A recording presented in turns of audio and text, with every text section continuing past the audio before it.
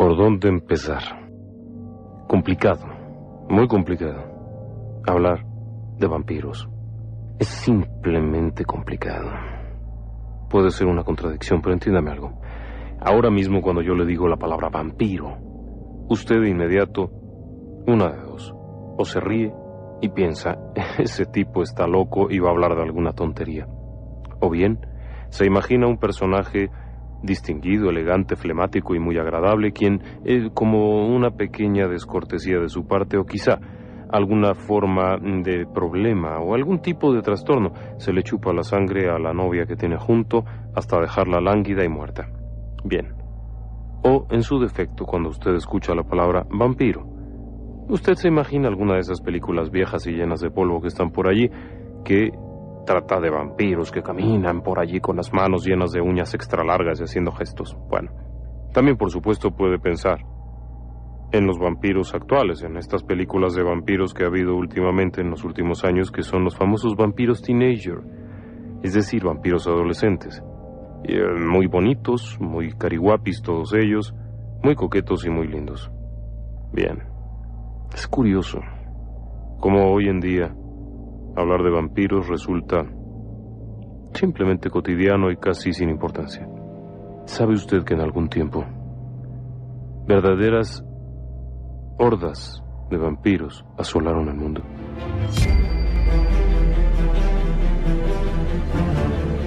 Relatos del lado oscuro. Fantasmas. Seres extraños. Sucesos inexplicables. Perversidad humana. Historias que otras mentes prefieren ignorar.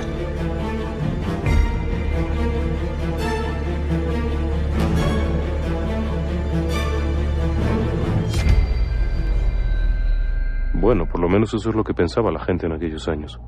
Naciones completas vivían bajo el temor a los vampiros. Poblaciones íntegras migraron de sus tierras en busca de otras latitudes bajo el temor de que sus tierras estuviesen infectadas de vampiros. Hubo varios periodos cíclicos de epidemias de vampiros. Pestes, auténticamente pestes, a nivel de epidemia, hubo en Europa. Pero no solo en Europa, también en otras latitudes.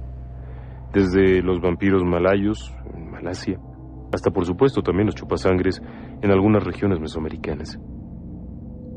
Ese tipo de cosas, hace apenas unos 300 años, o 400, póngale usted, llevaban al borde de la crisis a las personas. Las desquiciaban por completo, orillándolas a realizar toda suerte de actos impresionantes. Este tipo de historias, en su momento, generaron pánico, ¿no? Mencionar la palabra vampiro no significaba reírse del locutor que está diciendo cosas raras en la radio, no significaba eso. Significaba temblar. Temblar porque el vampiro era tan real para aquellas personas que escribieron libros completos acerca de esto. Vivieron bajo el temor profundo de esa situación. Prepararon trampas.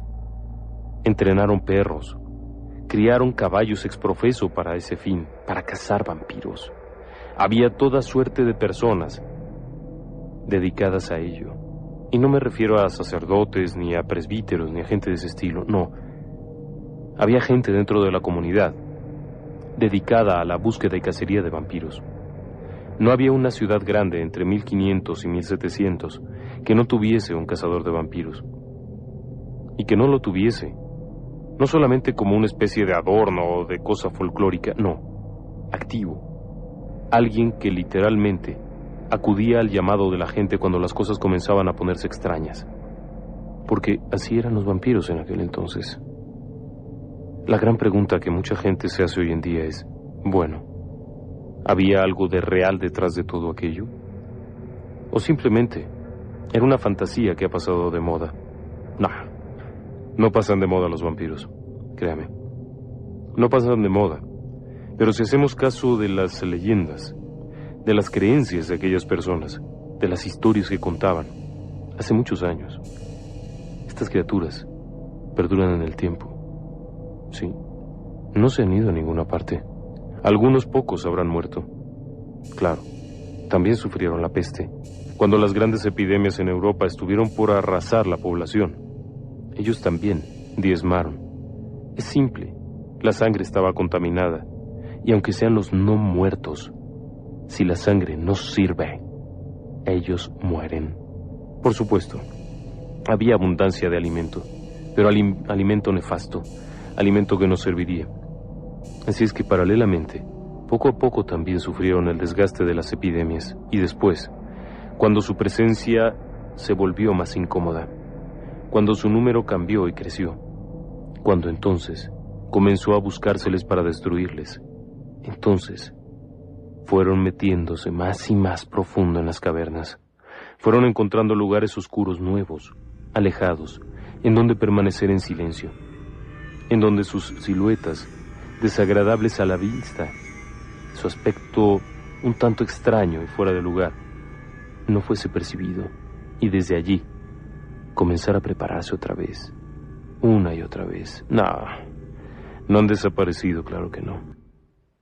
Han estado aquí muchos años. Si hacemos caso de las creencias, los vampiros seguirán cuando tú, usted y yo nos hayamos ido. Han estado siempre, porque son no muertos. Están en el medio, entre los seres vivos, como tú, como yo, y los muertos. Solo que hay un detalle. Ellos tienen movimiento, pero no tienen vida. No respiran. No lo necesitan. Sus cuerpos están animados por alguna extraña situación. Hay quienes sostienen que el vampiro está animado por su propia sangre, la sangre que consume. Pero hay otros que dicen que no. Hay otros que dicen que el vampiro regresa de entre los muertos, animado por la presencia de un espíritu inmundo. Sí, uno de esos a los que llaman demonios, que toma conciencia en su cuerpo, que toma poder sobre los restos aún en el estado en que se encuentren, y comienza a moverse, comienza a ir y venir, y así sigue perpetrando toda suerte de fechorías. La sangre, indispensable.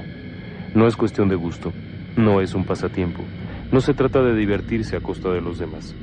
No, es necesaria para que ese cuerpo, esos restos humanos, por lo menos, soporten un tiempo más al espíritu inmundo. Claro que ese tiempo, ese aún más tiempo, puede ser durante cientos de años. Claro, no todos los vampiros son eternos. No todos. Hay algunos pocos que pueden llegarlo, dependiendo de la influencia fuerte que tengan. Otros pueden estar aquí durante 200 o 300 años. La más de las veces, terminan por cansarse. Por lo menos es lo que decían las leyendas antiguas. El vampiro termina por cansarse. Se aburre. Ha visto todo. Ha oído todo. Ha probado todo. Menos la muerte. Porque esa le está negada. Y en consecuencia, sediento la busca cada día. Pero no puede evitarlo. No puede evitar encontrar alguna sangre por allí que beber. Y entonces lo vuelve a hacer. Y entonces la muerte se vuelve a alejar unos pasos más. Y entonces ese cuerpo, ahora seco, corrupto, viejo, vuelve a animarse y no permite que ese espíritu escape. Finalmente, aunque escapara, ¿a dónde podría ir? Es un maldito, es un no muerto. Para poder estar no muerto, en la condición del vampiro, tendría que ser excomulgado, en primer lugar. Y eso significa que la gloria se ha cerrado para él. Aun cuando salga de ese cuerpo, la muerte no lo llevará a ninguna parte. No, tampoco se irá a un infierno del que el espíritu que lo anima ha salido. Simplemente se queda una y otra vez. Esa es la maldición. No vivirá para siempre, no, pero volverá una y otra vez. Por lo menos, esas son las creencias de antes. Aunque siempre existe el cazador de vampiros, que puede dar por terminado todo esto. Eso es de lo que vamos a estar platicando esta noche, ¿sabe? Claro está que no todo podrá ser verdad. No. El asunto de los vampiros está rodeado de mitos y fantasías por todos lados. Leyendas. También, por supuesto, tiene que haber allí un poco de fantasía. Pero es muy largo el tiempo, durante el cual la gente vivió atemorizada de la presencia de estos seres. Fueron muchos siglos. Déjeme que le mencione que los primeros relatos acerca de vampiros son egipcios. 4000 años atrás, damas y caballeros. Los más recientes, bueno, los más recientes tienen apenas unos pocos años. Así es que hablamos de 4000 años de creencias. Para ser un mito, es un mito muy largo. Para ser una realidad, también es una realidad muy larga y muy poco sustentada. Así es que es un asunto que se mueve entre dos mundos, entre el mundo de la fantasía y la realidad. Solo usted puede juzgar y creer en lo que guste, pero no deje de recordar dónde dejó la medallita, el manojo de ajos y, por supuesto, si tiene por allí una estaca de madera bien afilada, téngala a la mano, porque nunca se sabe. Según dicen los cazadores de vampiros, nunca se sabe junto a quién se está. Un relato de vampiros. Es 1700 y fracción. Arnold Paoli es un soldado serbio. Ha sido destacado en el frente de guerra y cerca de Grecia. Es un soldado. Durante su estancia en Grecia ha servido en el ejército y ha sido alrededor de 1727 más o menos. Arnold Paoli es devuelto a casa después de un tiempo de servicio en Grecia. Es devuelto por una extraña enfermedad. Paoli está muy débil. Tiene una especie de anemia crítica. Su rostro está deforme, flaco, enjuto, la piel se le ha pegado. Ha caído buena parte de su cabellera y lejos de ser el soldado fuerte y grande que había sido hasta ese momento, temido por muchos, es ahora un reflejo de lo que fue. Todo ha comenzado meses atrás. Cierta noche Paoli, Arnoldo Paoli, está custodiando su puesto. Ha habido varias escaramuzas durante los días previos en una especie de saliente de un bosque. Paoli ha abandonado un momento su puesto de vigilancia para echar un vistazo a una serie de sonidos que provienen del bosque. Es un sujeto que mide más de 2 metros. Es increíblemente robusto y es feroz con las armas. Es temerario, es duro. Es el prototipo del soldado. Con su casaca y su enorme gorro, avanza entre los matorrales, mientras echa un vistazo hacia atrás, hacia donde ha dejado a otros 2 o 3 hombres en el puesto de custodia.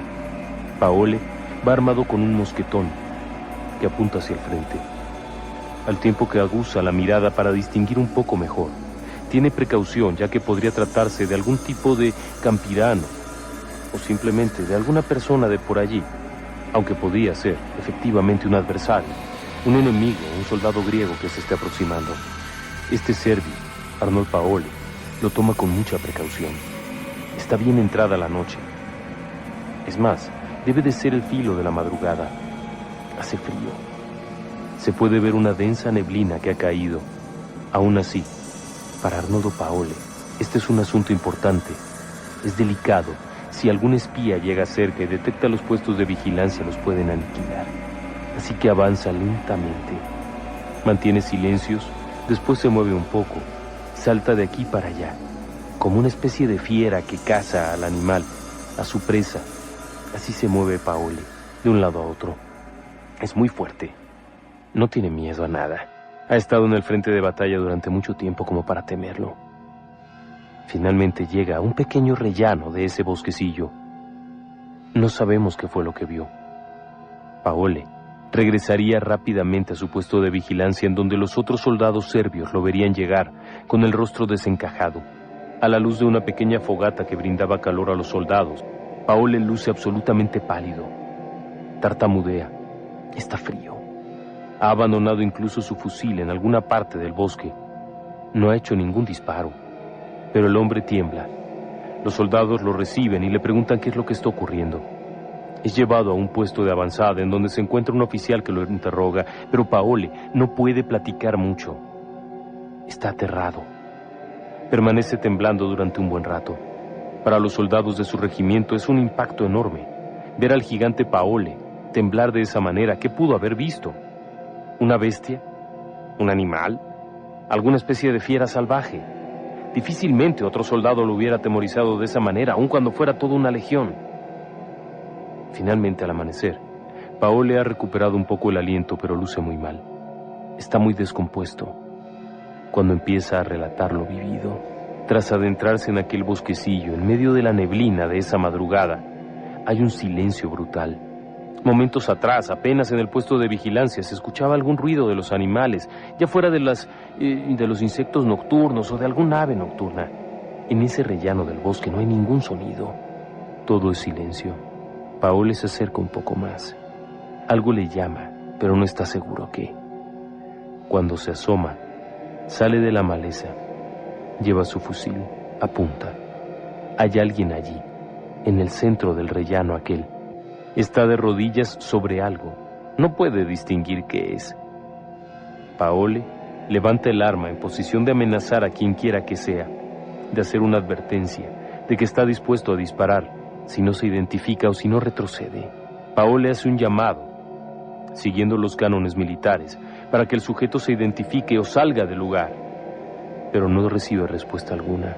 Paole vuelve a insistir, esta vez amenazando ya con disparar, momento en el que aquella cosa o aquel sujeto o lo que fuera se incorpora, y frente a los ojos de Paole puede distinguir un poco más, aún en la tenue oscuridad, que lo que está en el piso tirado es el cuerpo de otro soldado, también de su regimiento, y que aquello que está frente a él, que se yergue en una estatura descomunal, es un vampiro.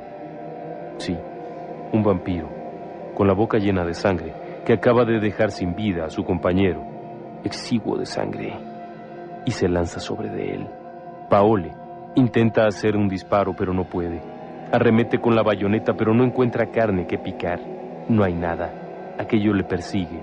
Al tiempo que Paole intenta alejarse, aquello se acerca cada vez más y más y más, hasta clavar algo similar a unas garras en la espalda. Paole siente el dolor que este acto le inflige, pero puede sobreponerse, es muy grande y fuerte.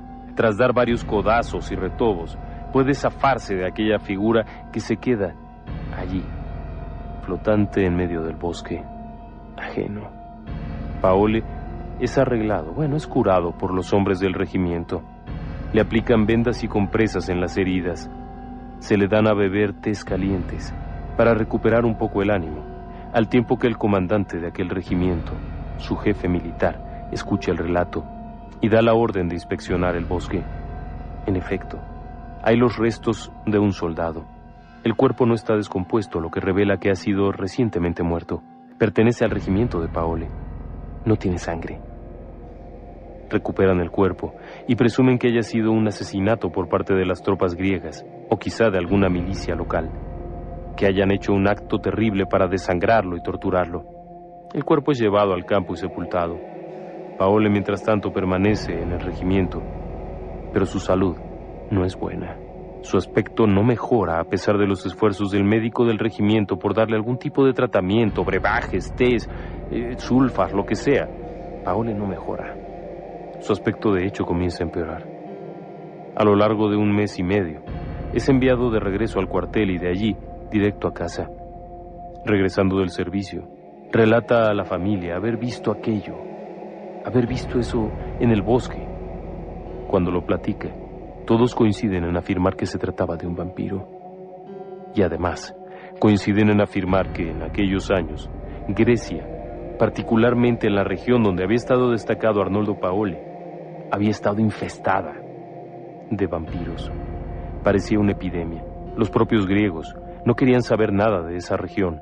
Solamente un torpe general serbio habría enviado allá sus tropas a morir. El asunto está en que Paole sigue deteriorándose en su salud. Día tras día, su aspecto es cada vez más terrible, más cadavérico, más delgado, más enjuto. La piel se le pega al rostro al tiempo que no tiene pelo. No es un hombre viejo, es un hombre que ni siquiera llega a los 30 años. Apenas unos meses atrás era un tipo temible, de grande y de fuerte, y ahora está doblado, esquelético. Finalmente, muere. Es 1728. Es sepultado en un cementerio. No se le da mayor importancia al asunto. Todo vuelve a la normalidad.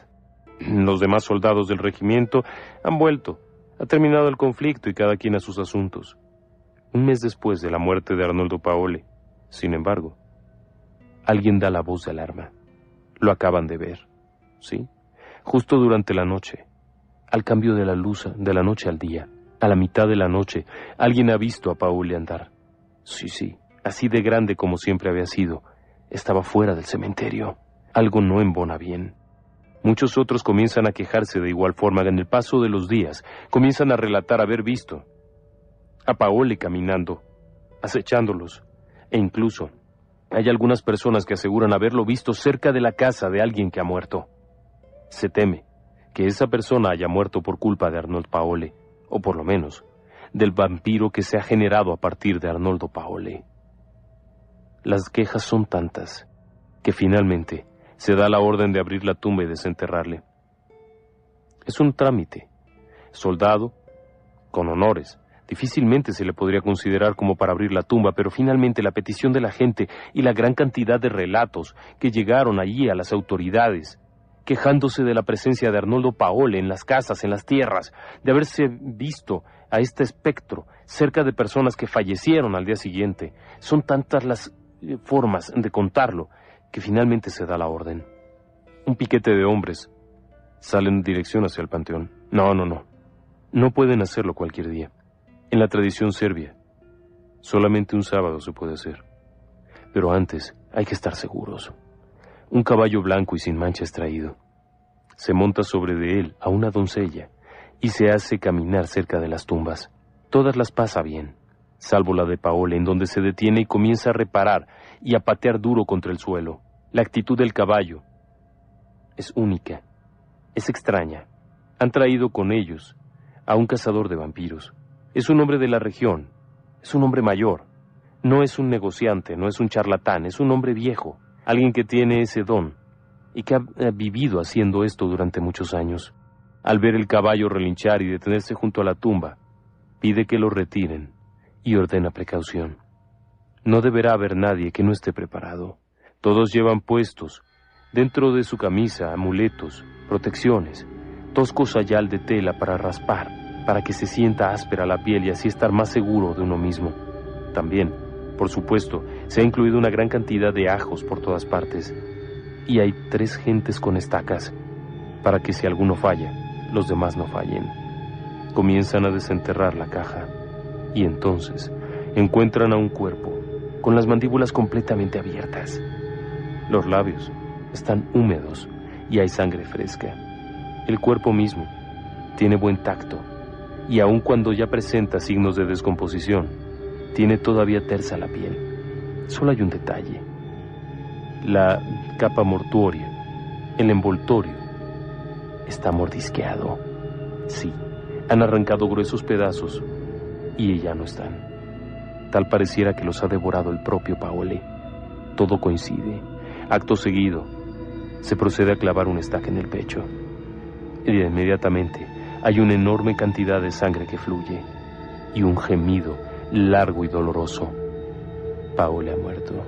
Se llena la tumba con ajos, se plantan varias rocas gigantescas sobre del cuerpo y se vuelve a tapar. Con eso terminan las apariciones. Nunca más sería vuelto a ver Arnoldo Paole. Por lo menos, eso es lo que contaba el doctor Johann Flockinger en 1731, en un libro conocido como Visum et Repertum, basado en el informe oficial de la policía, ¿sí?, del pueblo de Medujna, cerca de Belgrado, Serbia. Y esto tiene 400 años. ¿Y cómo rayos vamos a saber si es un vampiro o no?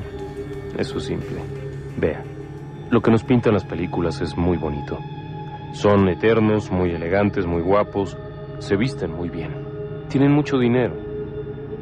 En realidad eso es pura fantasía, no tiene nada que ver.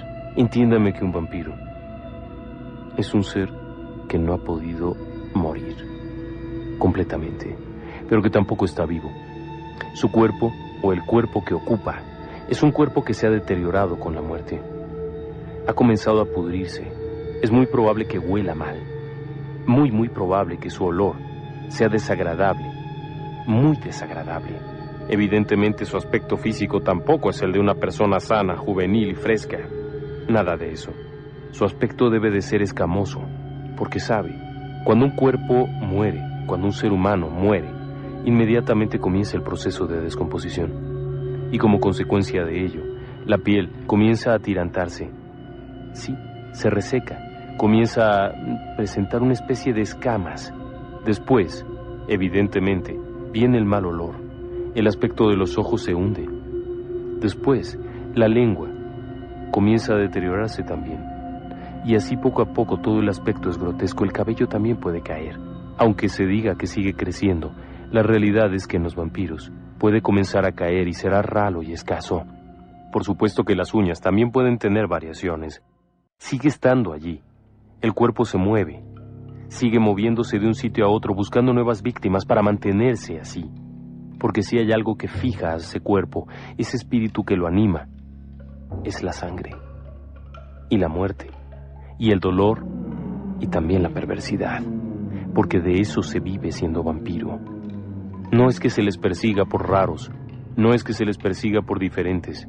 De acuerdo con las tradiciones antiguas, al vampiro se le persigue por la perversidad que tiene hacia los seres vivos, por esa envidia y ese dolor que se han ido arranciando dentro de él y que lo hacen volverse un adversario, pero un adversario formidable porque sabe, el vampiro puede moverse con mucha facilidad, puede ir y venir rápidamente.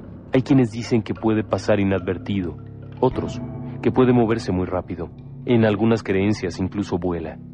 No en todas, pero algunos creen que puede volar de forma parecida a las brujas, utilizando una especie de encantamiento. También hay quienes aseguran que el vampiro puede desaparecer y aparecer a voluntad, porque al ser un no muerto, no es del todo material. Hay una parte material, hay un cuerpo, pero ese cuerpo ha dejado de estar vivo y por consiguiente ha dejado de respetar enteramente las normas físicas. A decir de los antiguos investigadores y buscadores de vampiros, el vampiro puede meterse por la rendija de la puerta, por el agujero más delgado de la chapa. Puede entrar por cualquier rincón. Puede entrar, también por supuesto, desde una rendija de la ventana hasta una chimenea encendida, no importa. Su cuerpo no se detiene ante los obstáculos físicos, pero por supuesto que hay limitantes. Hay muchas limitantes. El vampiro no toca el agua. No, nunca.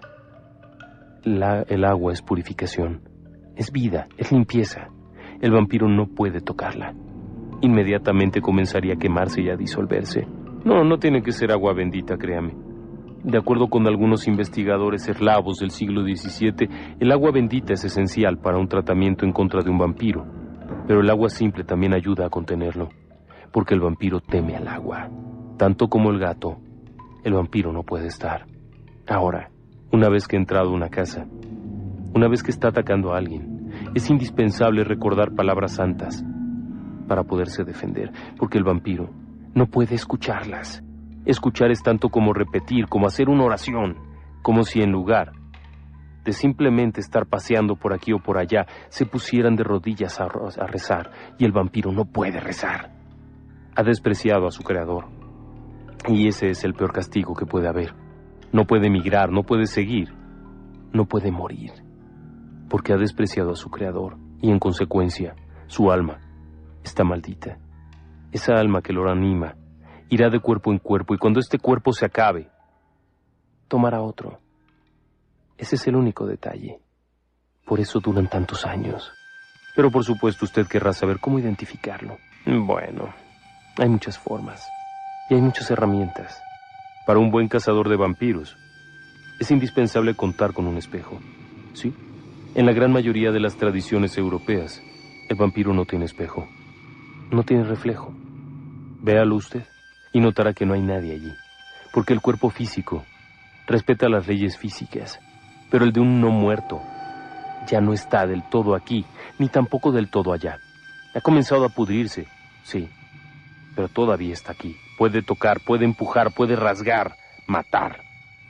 Pero también tiene una parte que no es material, ¿sabe? Hay una parte que no respeta las leyes físicas y entonces no es visible. No lo puede ver. Pero no se engañe. Eso no significa que no proyecte sombra. Ah, claro. Los vampiros no están de día. Bueno, por lo menos en la gran mayoría de las creencias el vampiro es una criatura de la noche y por consiguiente no puede salir a la luz del día. Se destruye por completo. Se acaba. No, pero no encuentra el reposo.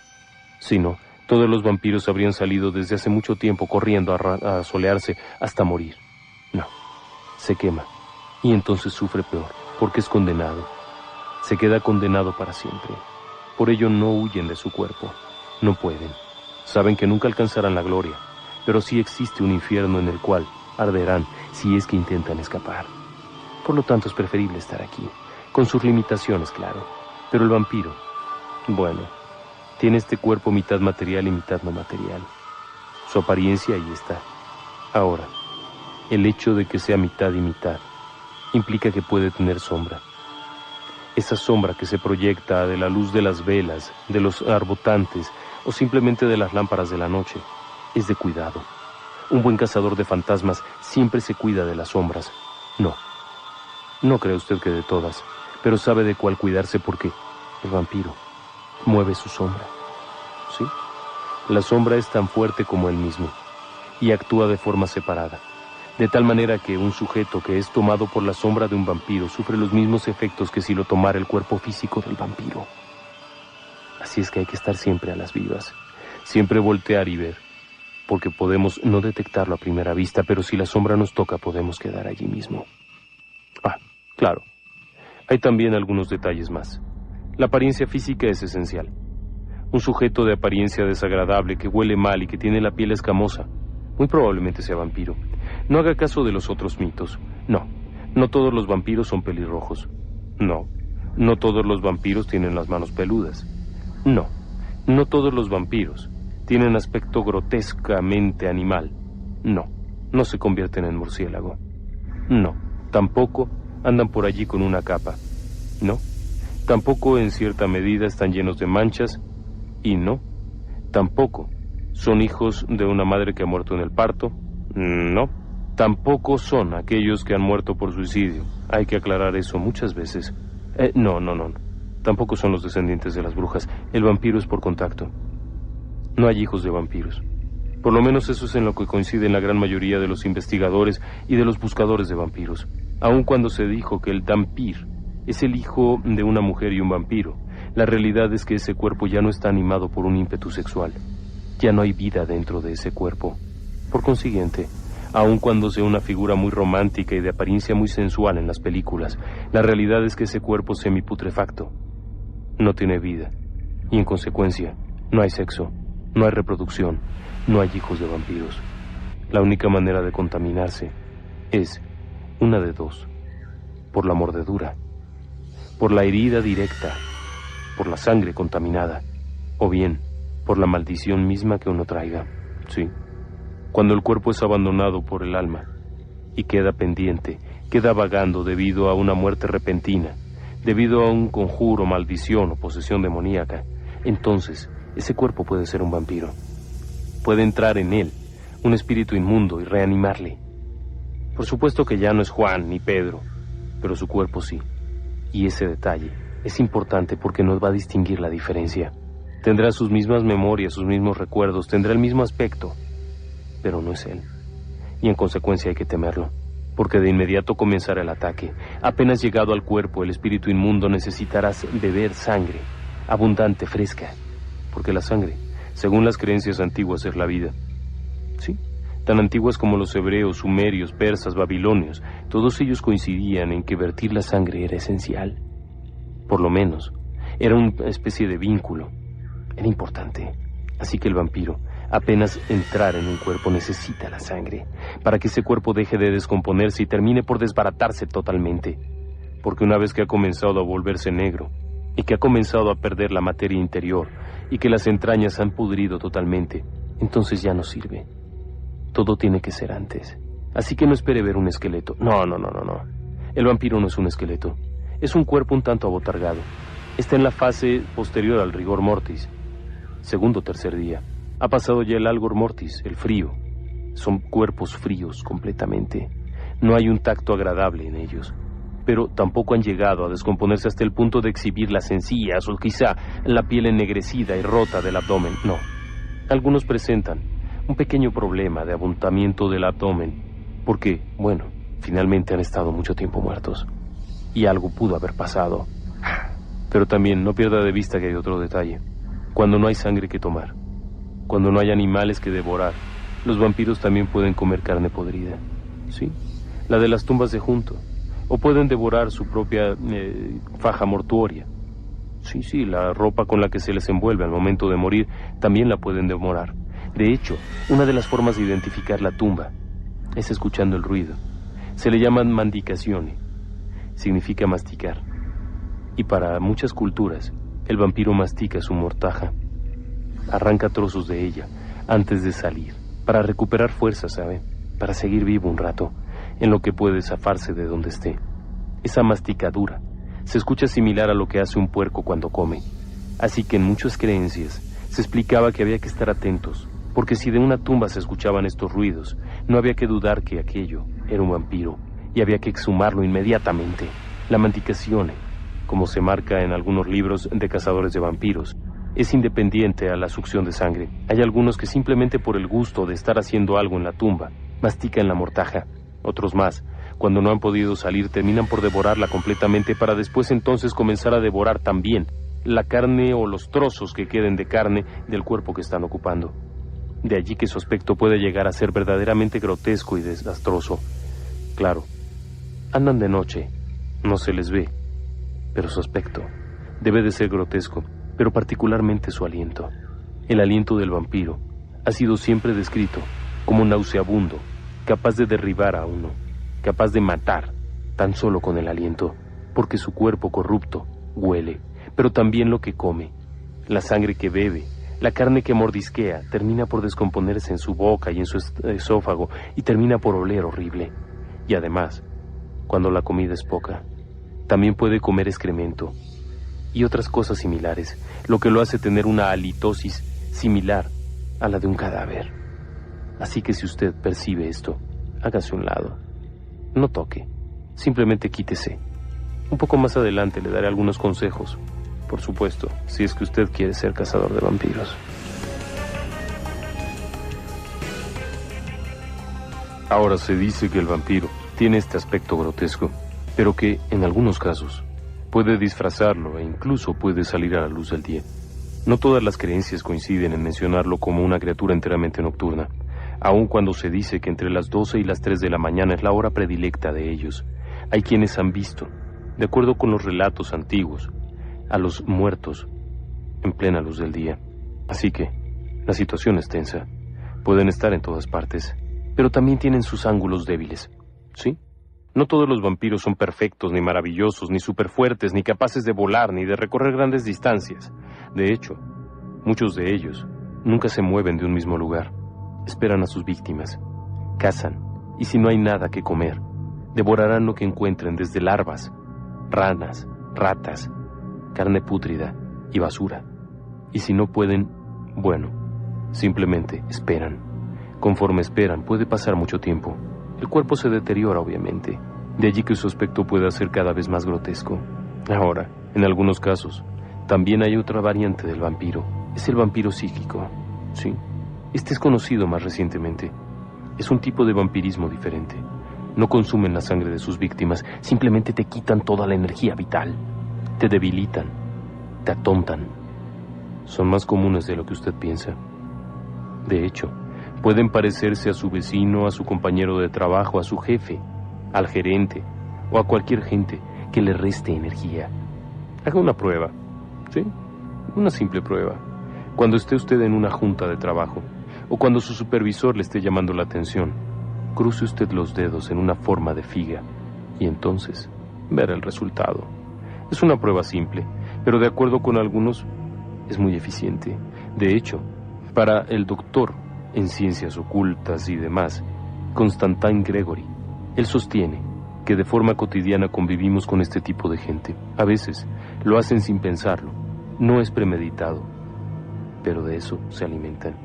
Y ese contacto, una vez que se rompe a través de la señal, entonces les provoca una sensación de incomodidad y prefieren terminar el asunto y seguir adelante. Ahora, hay otras personas con este mismo síndrome, pero entonces se trata de seres humanos comunes y corrientes con muy mala educación y con una tendencia a abusar de los otros. Ahora, que de todos modos siempre habría que tener en cuenta algunos detalles. El vampiro de sangre, el vampiro antiguo, ese que se supone ha estado con nosotros durante mucho tiempo, bueno, ese sigue estando aquí. Por lo menos, es lo que creen algunos. Hay verdaderos círculos de vampirismo en muchas partes.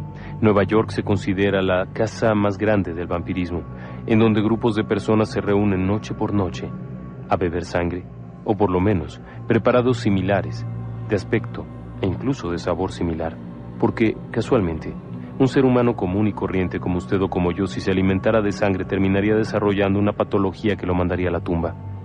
Sí, lo mataría. La hematofilia, esa especie de excitación sexual que provoca el beber sangre o simplemente el olerla, tiene sus complicaciones debido principalmente a que la ingesta ilimitada o por lo menos inmoderada de sangre humana por un ser humano provoca enfermedades. Y así poco a poco hay otras enfermedades que se podrían considerar como vampíricas. Cada una de ellas tiene sus variantes dentro del mundo de lo natural y podrían ser simplemente rasgos de la personalidad, patologías psicológicas y enfermedades varias, desde la porfiria hasta muchas otras que podrían relacionarse con el vampirismo en aspecto, mas no en contenido, mas no en el trasfondo. Es importante señalar que no debe de confundirse a un enfermo, a una persona con algún tipo de trastorno, incluso a un sonámbulo, con un vampiro. No, hay todo un libro de recetas al respecto, desde utilizar el espejo para detectar el reflejo, pero no es del todo eficiente. De acuerdo con algunos cánones del siglo XVII, el vampiro reciente, el vampiro fresco, aquel que ha muerto y regresado pronto, todavía tiene reflejo. Por lo tanto, no es 100% eficiente. No todos los vampiros le temen a la luz del día. Por lo tanto, tampoco se puede uno fiar de esa. Otra más, no todos los vampiros temen a las palabras de la Biblia. Algunos de ellos están tan pervertidos, están tan afectados, que no le temen. Entonces, ¿cómo distinguirlos? Hay pequeños detalles, ¿sabe? El vampiro está obsesionado. No tiene capacidad de razonar porque es un no muerto. Sus actos son más bien reflejos. Tiende a repetir las cosas. Así es que una de las técnicas más simples para captar a un vampiro es arrojarle semillas. No puede soportar ver regada la basura. Un vampiro se lanza frenéticamente y comienza a juntar las semillas una por una contándolas. Si pierde la cuenta vuelve a empezar, hasta reunirlas todas en una sola bolsa o en una sola mano o en un solo lugar donde pueda contenerlas. Tras haberlas contado, se relaja y vuelve. Tirar semillas es una de esas técnicas extrañas para detectar a un vampiro, aunque usted no lo crea. Y así hay otras tantas técnicas, desde cosas tan simples como el olor, hasta pasar animales. Hay perros capaces de detectarlos. Durante un cierto tiempo, entre 1680 y 1720, en una región de Moldavia, en Europa, existió toda una casa de perros. Era una especie de familia dedicada a la crianza de animales específicamente destinados a detectar vampiros. El éxito era evidente. Los animales eran capaces de detectar tumbas donde se alojaran vampiros. Eran capaces de adentrarse en cavernas en búsqueda de ellos. Se decía que cuando un perro moldavo veía en la distancia y ladraba sin que hubiese nada a que ladrarle, era momento de preparar ajos y estacas porque había un vampiro. Por supuesto, el perro podía verlo y podía atacarlo, pero poco daño podía causarle.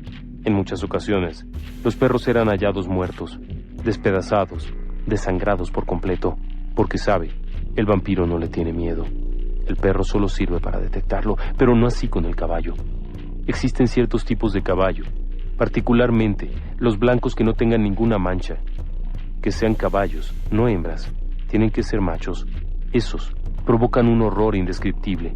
No se sabe por qué, pero cuando un caballo de estas características se detiene junto a una tumba y no osa saltar sobre de ella, no la puede pisar o brincarla, entonces es que ahí está uno de ellos. Esa era la técnica ancestral para detectarlos. Muchas técnicas más, por supuesto, existen para poder detectarlos y para poder destruirlos, pero nunca hay que dejar de lado la protección previa. Para poder cazar vampiros, no solamente basta el valor y la temeridad, hay que tomar ciertas precauciones. En primer lugar, se debe de hacer en sábado. Para muchos países cristianos, durante la época de las grandes epidemias vampíricas, las fechas para cacería de vampiros tenían que ser únicamente los sábados, que era cuando el mal es menos intenso. y es el día más sagrado, por lo menos para las creencias judías y antiguas. Ese punto es muy importante. También se decía en Grecia que el bricolacas, el vampiro griego, solamente dormía los días sábado, que era la mejor ocasión de encontrarlo dormido y atacarle con una estaca. Las brujas, por supuesto, también hacen algunas fiestas esos días, pero la gran mayoría cree que los sábados es el día ideal para cazar vampiros. Ahora, el momento del día también es muy importante. Sí, este tipo de aparecidos deben tomarse hasta cierto punto durante la noche, cuando se les puede encontrar, al punto de despertar. No se debe de tomar inmediatamente que se levantan, sino un poco antes. Si hacen el acto contrario, es decir, cuando están volviendo a la tumba, están regresando atiborrados de sangre, llenos de energía, llenos de fuerza, y si bien pueden estar aletargados por la cantidad que han bebido, también pueden tener una gran fuerza. Lo ideal es antes de que se salgan de las tumbas para cazar, de tal forma que no tengan la fuerza, aunque también allí había algunas discrepancias porque algunos antiguos investigadores y cazadores de vampiros, como en el caso de los upiores de Polonia, sostenían que el mejor momento para matarles era cuando tenían la barriga llena de sangre y eran torpes de movimiento. Como sea, hay que tomar precauciones. En cuanto a la protección, bueno, para poder cazar vampiros es importante ser devoto. Primero, contar con la experiencia y el conocimiento de importantes versículos de la Biblia. Ellos no les gusta escucharlo. No les gusta oír de lo que puede haber ocurrido allá arriba. No les gusta que les platiquen lo que se están perdiendo. No les gusta escuchar acerca de la salvación, ni tampoco de las promesas divinas que ellos no pueden alcanzar, porque son no muertos, son malditos. Entonces, es importante saberlos, pero depende más bien de la fe que en ellos se deposite. Así que su eficiencia dependerá de cada persona y de lo que crea. Amuletos, bueno, infinidad de ellos, desde la cruz de San Benito hasta toda suerte de estampillas, íconos y amuletos religiosos. Todo ello proporciona una protección, pero también tendrá un problema. Dependerá de la fe que cada quien ponga en sus asuntos que lleve puestos. Otra de las técnicas que siempre ha funcionado, y que para muchos es esencial, es el ajo. ¿Sí? El ajo es esencial. Siempre se deberá de tener una gran cantidad de ellos. Principalmente, tienen que estar puestos en una especie de tira. No deberán de ser separados. La riestra de ajos es ideal. Debe de estar todos ellos unidos para evitar que se deterioren rápidamente. Claro, también se puede llevar, por ejemplo, un brazalete de latón con una delgada correa que lleve hacia la piel. Una especie de pellizco. El objetivo, mantener tu alma unida a tu cuerpo. Tan simple como eso. Si el vampiro no te puede separar tu alma de tu cuerpo, no te puede matar. No te puede atacar. Y puede darte hasta cierto punto cierta protección contra los ataques. Por supuesto, una rama de espino o cualquier otra planta espinosa también puede servir si se coloca sobre la solapa. Odian pincharse. Lo odian. Una rama con espinas puede servir muy bien. Claro, también nos puede servir, por ejemplo, aceite con ajo, e incluso el agua bendita suele ser muy eficiente, porque refleja la pureza y también la bendición. Un maldito no puede soportarlo. Si quieres proteger la casa, el asunto es diferente. Allí hay que ser cauto de que el ajo esté colocado en todas las esquinas, en todos los rincones, en todas las ventanas, en todas las manijas de las ventanas, y por supuesto, debe de estar colocado por dentro y por fuera, de tal forma que no pueda tocarlas. En algunos pueblos polacos se utilizaba una especie de pintura de ajo, un machacado disuelto con agua, con sal y con un poco de aceite que se aplicaba sobre las paredes, ventanas, quicios, con la finalidad de evitar la entrada de los inhumanos a estas casas. Pero nunca hay que descuidar el detalle de la cerradura. En la cerradura se debe de colocar abundante ajo también. Es el lugar por excelencia. ¿La chimenea? No se preocupe. La chimenea también debe de estar protegida. En alguna manera debe de colocarse en el interior, en la parte alta, muy cerca de la entrada, un trozo de ajo o un manojo de estos, para evitar la entrada. Si este es colocado muy abajo, entonces puede buscar una rendija por donde filtrarse. Son ágiles, saben su asunto, han estado muchos años. Por eso es tan difícil lidiar con ellos. Pero como toda buena historia de fantasmas y de vampiros, también tiene un lado racional. Sí, es el momento de platicar de la otra cara de la moneda. Las tradiciones acerca de los vampiros son muy variadas. Hay prácticamente en cada civilización alguna forma de vampirismo. Cada cultura ha tenido sus creencias porque esencialmente siempre se ha creído que la sangre es el elemento vital. Es el elemento que lleva la vida al cuerpo y en consecuencia el derramamiento de la sangre se ha considerado como parte de muchos de los rituales importantes en las civilizaciones, tanto antiguas como más o menos contemporáneas. No las más recientes, si usted quiere, pero siempre se ha considerado como trascendente. Y de hecho todavía en la actualidad algunas creencias religiosas contemplan, por ejemplo, la prohibición de mezclar la sangre, debido a la contaminación que eso puede llevar. En algunas religiones vigentes y activas actualmente está la prohibición, por ejemplo, a las transfusiones, como parte de tratamiento médico por considerarse que afecta a la persona en su aspecto espiritual. Cada quien tiene derecho a creer lo que quiera siempre y cuando no afecte a terceros. Pero bueno, ese es otro asunto. Esa es la importancia que ha tenido la sangre y de allí que se considerara que si existiera una fuerza negativa, esta se fuera a lanzar directamente contra la sangre. Y de allí surge la creencia de los vampiros, que comen o que devoran la sangre de sus víctimas. Incluso, es mucho más perverso en apariencia que el simple acto de canibalismo. Aun cuando en algunas culturas se creía que el vampiro era capaz también de devorar la carne de sus presas, principalmente se abocaba a beber el fluido sanguíneo y por lo tanto a robar la vida de aquellos otros para perpetuar la suya. Es una creencia simple. Te chupo la sangre, bueno, tú te mueres, pero yo sigo vivo. Pero detrás de esto, ¿qué hay? Detrás de los relatos de vampirismo, ¿qué hay? Bueno, esencialmente la tradición y los relatos durante muchos siglos presentaban casos en los cuales, al abrir una tumba, se encontraban cadáveres todavía rozagantes y con sangre en los labios. Bueno, hay una explicación racional. Verá, en el caso de Arnold Paoli, al igual que en muchos otros casos que fueron documentados en su época, se hablaba de que al abrir la tumba se les clavaba una estaca y estos manaban abundante sangre, y que también presentaban ruidos provocados al momento de clavar la estaca, largos gemidos. Bien, hay que aclarar algo. Los antiguos, las personas de hace unos 200, 300 años, poco sabían en realidad de anatomía y mucho menos sabían acerca de medicina y de fisionomía. No podrían saber que el cuerpo, conforme pasan los días, continúa teniendo una gran cantidad de líquidos sanguinolientos. Estos líquidos sanguinolientos, al momento de ser pinchados por una estaca, provocan un sangrado profuso. En realidad se trata de plasma y de otros líquidos purulentos, que mezclados tienen una apariencia de color rojizo.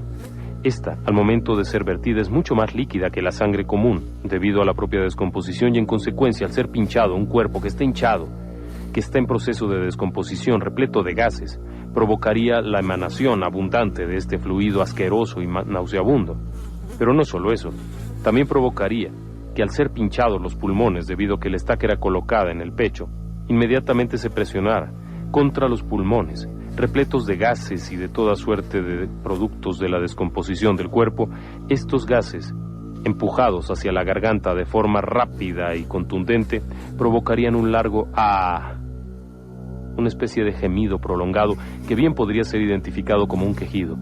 Pero no solo eso, al momento de ser estacado el cuerpo también habría algún movimiento. No tanto movimientos reflejos o musculares, simplemente por el impulso, se provocarían jalones y tensiones dentro de la propia piel, y el abdomen, abultado por la descomposición, provocaría que se impulsaran las piernas, dando una especie de patada. También habría movimiento, claro. La sangre en los labios es propia de los cadáveres en proceso de descomposición. Sí.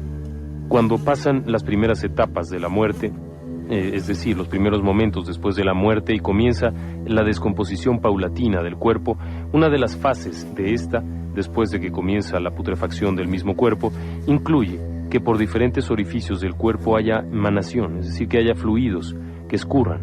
Es un proceso desagradable. Conforme se licúa la carne debajo de la piel, evidentemente, algunos orificios comienzan a descargar estos fluidos y en consecuencia habrá una apariencia de sangre en los labios. No significa que hubieran mordido a alguien, pero no tenían manera las antiguas personas de saberlo, no tenían forma. En medio de la ignorancia de aquellos pueblos primitivos, aislados y solitarios, iluminados por antorchas, evidentemente, encontrar un cuerpo en estas condiciones sería claro indicio de que había ocurrido un acto de vampirismo. Por supuesto que también había otra variación.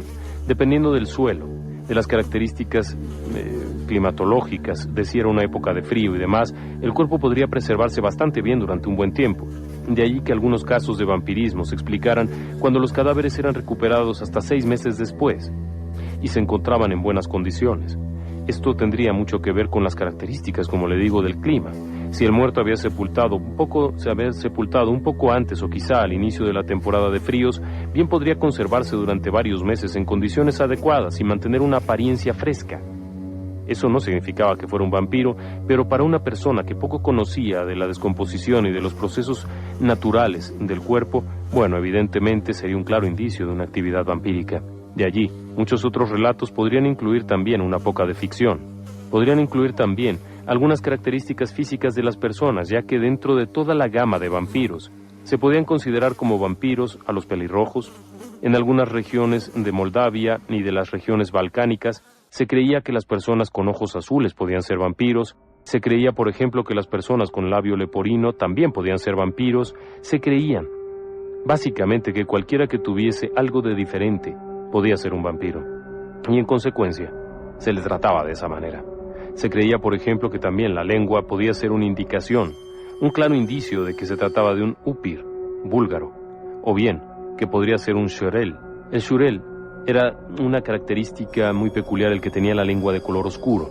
En el caso del Aswang filipino, quien por cierto fue documentado todavía en la época de la guerra de Vietnam, en la zona de las Filipinas, por supuesto, no en la zona de Vietnam, pero hubo varios relatos acerca del Aswang que atacaba con una especie de pico a los militares, chupándoles la sangre. No se sabe exactamente en qué basaban su creencia, pero el Aswang todavía estaba presente hasta los años 60.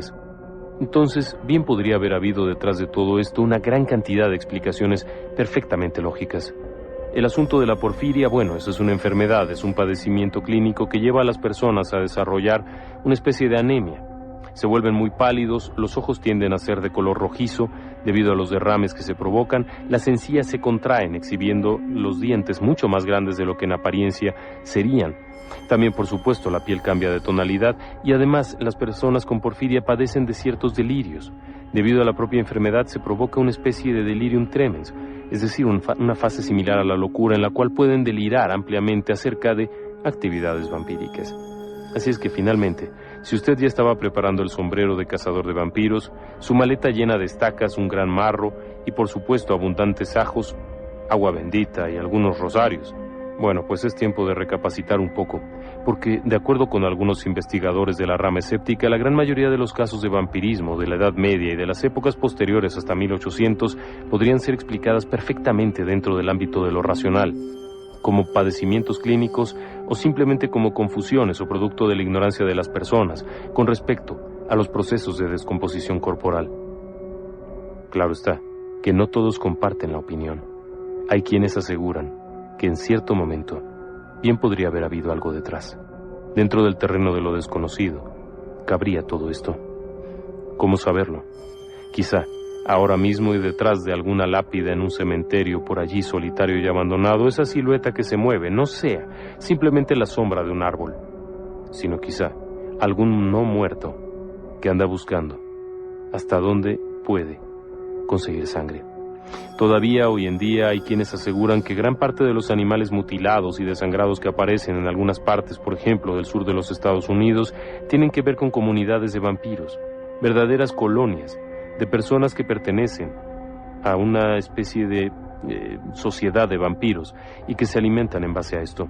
También, por supuesto, hay algunos reportes muy peculiares en los cuales se asegura, por lo menos en Alemania, de misteriosas solicitudes de empleo en bancos de sangre, cuando no se ha solicitado ningún empleado, y sin embargo aparecen personas que ofrecen sus servicios y presentan solicitudes para esperar un turno y poder entrar a trabajar allí, en un trabajo que se consideraría ordinario y común. Hay lista de espera para ser contratado. Por supuesto, hay quienes aseguran que en realidad se trata de vampiros esperando una oportunidad dorada de entrar a un lugar en el cual habría abundante alimento y todo él sumamente controlado, porque también dentro de las nuevas creencias que hay alrededor de los vampiros está el que si el vampiro bebe sangre contaminada se contamina y muere. De hecho, esa idea no es tan reciente como se cree. Durante la Edad Media, cuando las grandes epidemias de peste, se decía que los vampiros también estuvieron a punto de extinguirse debido a la ingesta de sangre contaminada, aunque hoy en día los investigadores, más hacia la rama científica, sostienen que fue todo lo contrario. Simplemente las personas, ignorantes de lo que estaban haciendo, pinchaban los cuerpos descompuestos, buscando matar los vampiros.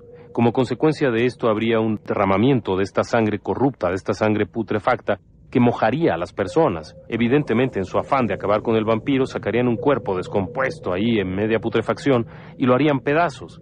Esa sangre que les vertía, que los bañaba, esos fluidos corporales terminarían por provocarles tal cantidad de infecciones y de padecimientos que provocarían una epidemia.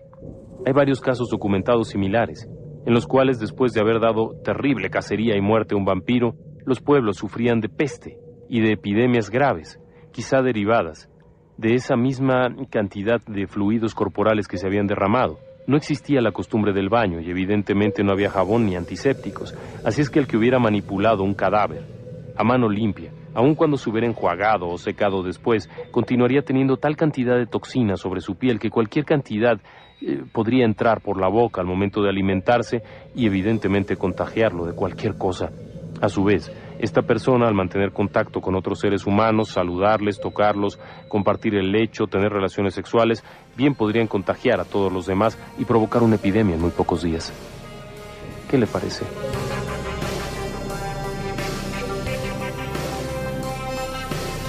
Ahora, volviendo al asunto, ¿qué hay con los ajos? ¿No se ha puesto a pensar usted en eso? ¿En por qué se utilizaban los ajos para combatir los vampiros? Bueno, tiene también un fundamento esta creencia. Durante muchos siglos siempre se ha sabido que el ajo es un depurador natural del sistema nervioso y del sistema en general sanguíneo y demás. Es un excelente medicamento. Se utilizaba para toda suerte de cosas y la gente lo sabía. Antiguamente, de allí que se pensara que si servía para limpiar el cuerpo humano, también serviría para eliminar los vampiros. El asunto de la estaca, bueno, es obvio. En principio surgió la idea de asegurarlos a la tierra. No se creía que murieran los vampiros, no. Se creía que clavando una estaca permanecerían en su tumba, que no se la podrían sacar. Aun cuando después pudieran seguir con vida un tiempo, el hecho es que permanecerían asegurados al suelo. De allí la estaca. Ahora hay otras creencias allí, todas ellas muy extrañas. Por ejemplo, el asunto de las semillas. Este asunto de que para entretener a un vampiro y darnos tiempo, regar semillas en el piso, no tengo idea de dónde haya surgido. Pero es una creencia que había desde hace muchos siglos y que casualmente sostenía eso, que el vampiro se obsesiona y no puede detenerse. Sigue contando las semillas y ordenándolas hasta que termina, momento en el que usted puede ir por su estaca y darle muerte. Otra característica era el amarrar de las agujetas. Un vampiro no soporta la tontería. Por lo tanto, alguien que se amarra las agujetas entrecruzadas está a salvo. Sí, puede parecer ridículo, pero también había esta creencia de que si una persona, por ejemplo, para dormir a salvo del ataque de los vampiros, dormía con zapatos, solamente que tendría el cuidado de atar las agujetas de tal forma que quedaran entrecruzadas, un zapato con otro. Esa tontería bastaría.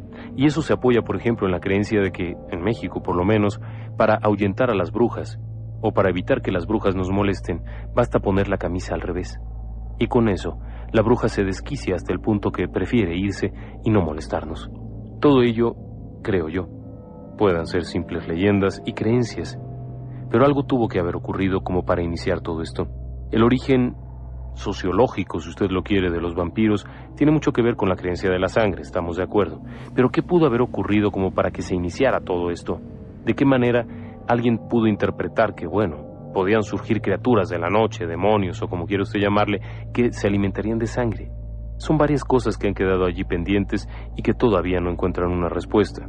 Aun cuando en el ámbito de lo paranormal puede haber explicaciones dentro de los fenómenos paranormales como fantasmas y demás, el asunto del vampirismo ha quedado muy de lado, casi como la oveja negra de la familia, en donde pocos son los investigadores que formalmente se dedican a perseguir este tipo de fenómenos. La gran mayoría de los casos de investigadores se van por el aspecto antropológico y sociológico, en donde encuentran toda suerte de nombres dados a los fenómenos vampíricos.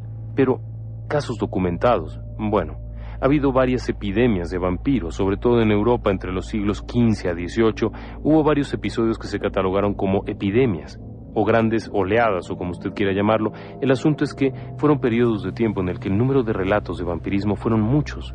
muy variados y que incluso iban apoyados por la propia iglesia.